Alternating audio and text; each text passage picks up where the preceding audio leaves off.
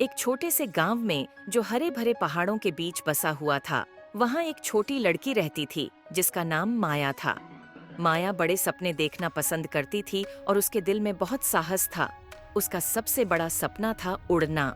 हर दिन वह पक्षियों को आकाश में ऊंचा उड़ते देखती और खुद को उनके बीच उड़ते हुए कल्पना करती, अपने पंखों के नीचे हवा महसूस करती। एक धूप वाली दोपहर माया गांव में घूम रही थी जब उसने एक बुजुर्ग व्यक्ति को देखा जिसका नाम श्री पटेल था, जो अपनी बुद्धिमानी और दयालुता के लिए जाने जाते थे। श्री पटेल एक बड़े बरगद के पेड़ के नीचे बैठे थे और लकड़ी को तराश रहे थे।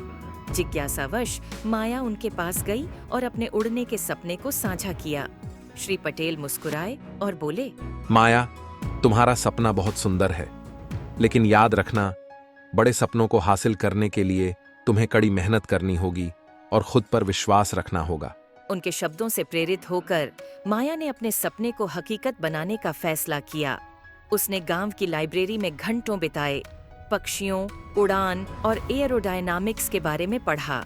उसने देखा कि कैसे पक्षी अपने पंखों का उपयोग करते हैं, कैसे वे फड़फड़ाते और ग्लाइड करते हैं।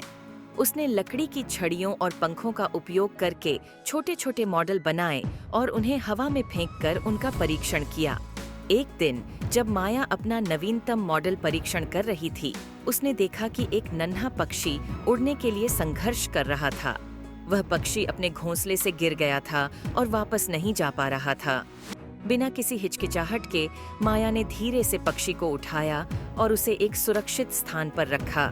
उसने देखा कि माँ पक्षी अपने बच्चे को प्रोत्साहित कर रही थी, उसे सिखा रही थी कि कैसे अपने पंखों को फड़फड़ाना और छोटी उड़ानें लेना है।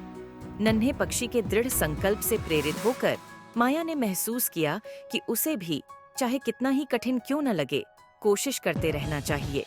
उसने अपने प्रयोग जारी रखे और हर असफलता के साथ कुछ नया सीखा।